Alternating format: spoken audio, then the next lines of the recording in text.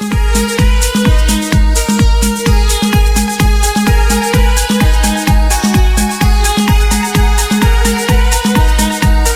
ូមស្វាគមន៍និងស្ដាប់តម្រុយឆ្នោតយួនប្រចាំថ្ងៃ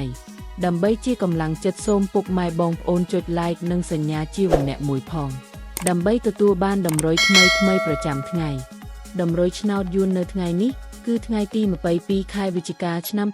2025ដើម្បីកុំឲ្យខាតពេលយូរសូមស្ដាប់តម្រុយឆ្នោតពី admin មានលេខ55178529សម្រាប់ប៉ុស ABCD សម្រាប់លេខ OZ admin មាន2គ្រាប់គឺ OZ ខ្ទង់90និង20សម្រាប់3លេខគឺ admin មាន2គ្រាប់ផងដែរគឺមានលេខ